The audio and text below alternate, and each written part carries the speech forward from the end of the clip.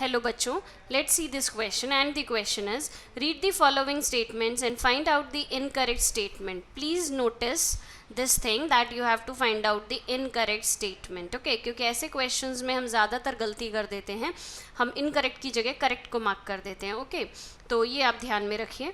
Options are A.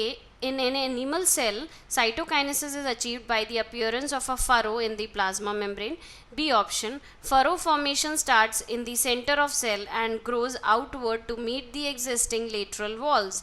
C option, cell plate represents the middle lamella between the walls of two adjacent plant cells. D option, during cytokinesis, organelles like mitochondria and plastids get disturbed between the two daughter cells. So, question आपसे क्या पूछ रहा है कि incorrect statement बताइए इनमें से. पहला स्टेटमेंट देखिए, in an animal cell cytokinesis achieved by the appearance of a furrow in the plasma membrane. Exactly this statement is true.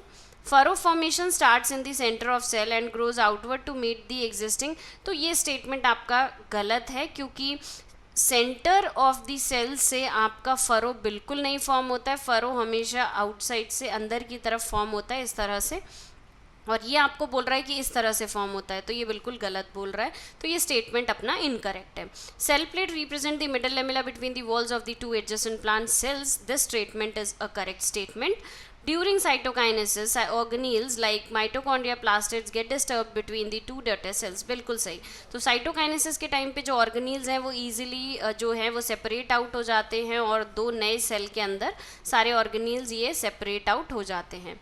ठीक है. So क्वेश्चन हमसे पूछ रहा है इनकरेक्ट स्टेटमेंट कौन सा है. So according to that the final and the correct answer for this question is option B. Okay, thank you and best of luck.